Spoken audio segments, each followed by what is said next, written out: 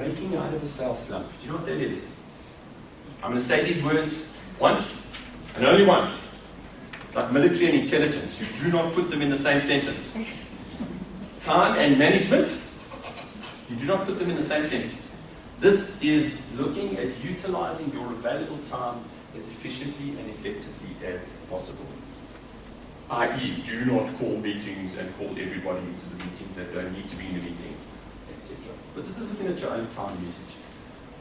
Do you prioritize? Let me tell you a scary statistic. We get interrupted on average every 7 minutes.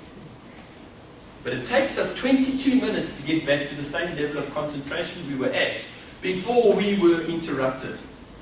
Does that sound like the numbers don't add up? And somehow or other, we live in a place of constant distraction. We live in a place where we are constantly not working at our optimal level. So how do we avoid this? Let me give you the quickest, easiest way to avoid distraction. Somebody comes into your office. Now, most of the tools that people teach you to handle distractions damage relationships. And has anybody ever heard that people buy from you, or in other words, you build your success, you build your self-success, you build your team on relationships, right? It's not what you know, it's who you know, right? So if we're going to damage relationships, like, get off the phone, you're distracting me, you little twit. That could damage a relationship. Okay, not good.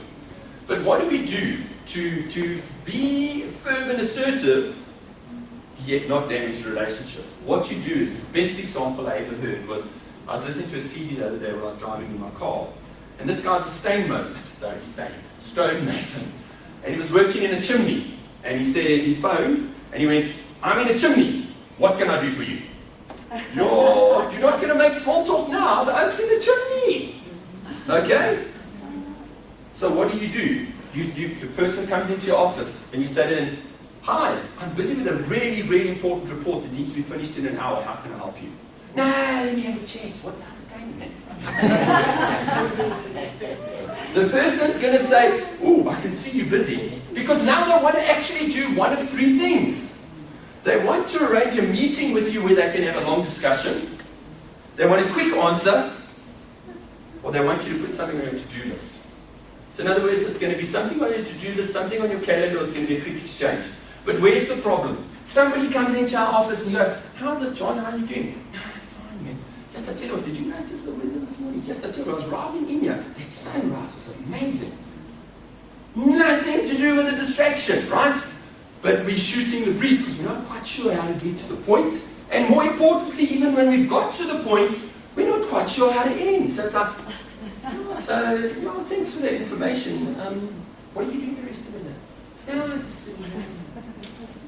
Whereas when they've walked into your office and you go, I'm in the middle of a really crucial report, it needs to be out of here in an hour, how can I help you? You haven't damaged the relationship. The person can say, thanks very much. What I wanted to say is this, I really need to know, what is you go, that guy goes, thank you very much, get back to your report. Do you see how quick that exchange was? So distraction is the thief of productivity. So how are we going to be productive? You've got to become focused. You've got to schedule time. Because if you think about it, there's really two ways that we get things done, right? One, we get them done on our to-do list. Two, we have a calendar. The important thing to remember, we never defend our to-do list. If you phone me, for example, now let me explain what I mean. If I phone you and I say to you, yes, I know you've got Success Magazine, and you're telling me about that article in Success Magazine, would you send it to me? What are you going to do? Sure.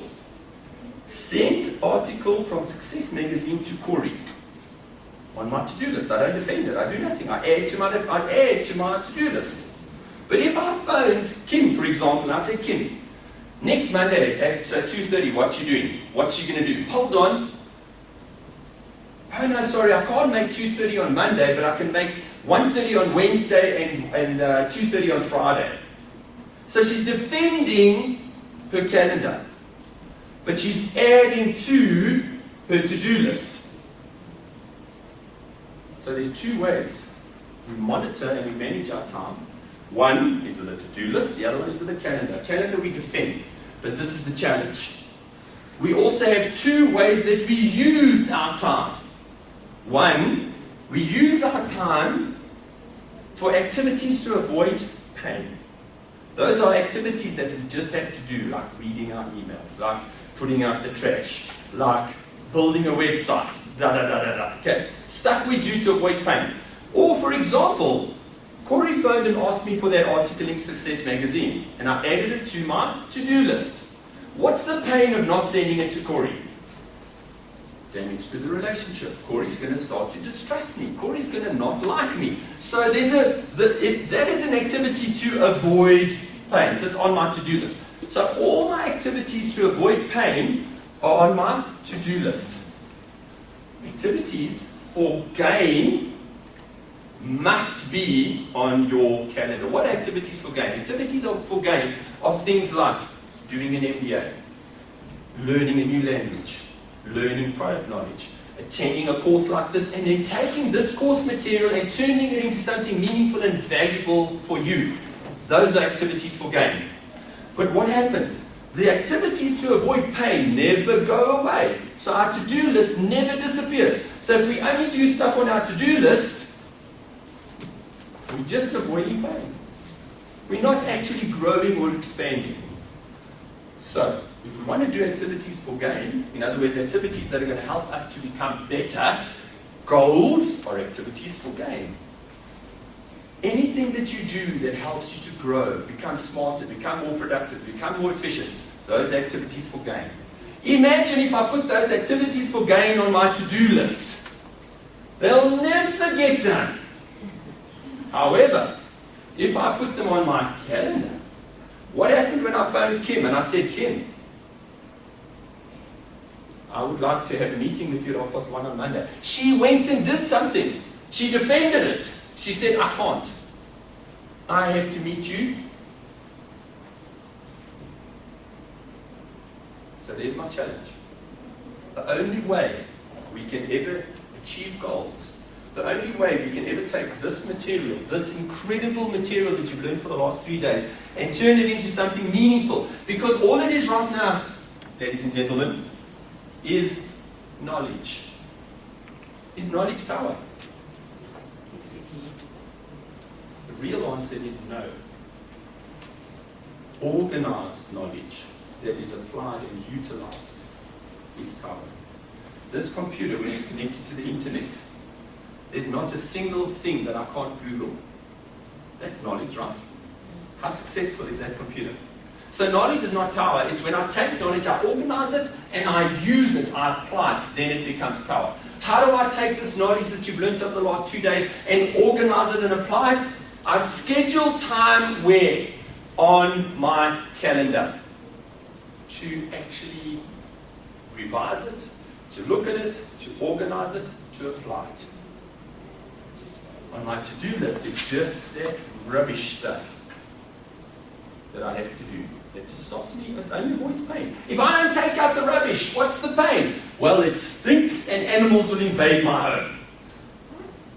If I don't send them, Corey, do you understand? You know what the benefit, the great advantage of activities to avoid pain? Every one of them can be delegated. Activities for gain. Go and instruct one of your sales or one of your team members, go and instruct them and say, you go and learn my leadership material. Go on. You can't do that. So I can't delegate my goals. I can't delegate this learning. I need to do it myself. So when it can't be delegated, it has to be scheduled. Because when it gets scheduled, it's on your calendar, you defend it. When it's on a to-do list or this is the challenge, guys. These activities to avoid pain, they never stop. So even when I'm engaging with activities for gain, these little bums just continue. And so the challenge is, it becomes, I have to, have you heard the term make time? But you don't manufacture time, and you can't take money and go into your basement and go, okay, so I'm going to make myself another 3 hours today.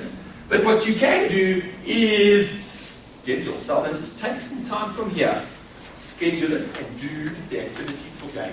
Do you know that 90% of your success comes from activities for gain? 10% comes for activities to avoid pain. But where do we spend most of our time? Right here. And then we get to the end of another year. And we go, yes, I tell you what, I'm in the same place.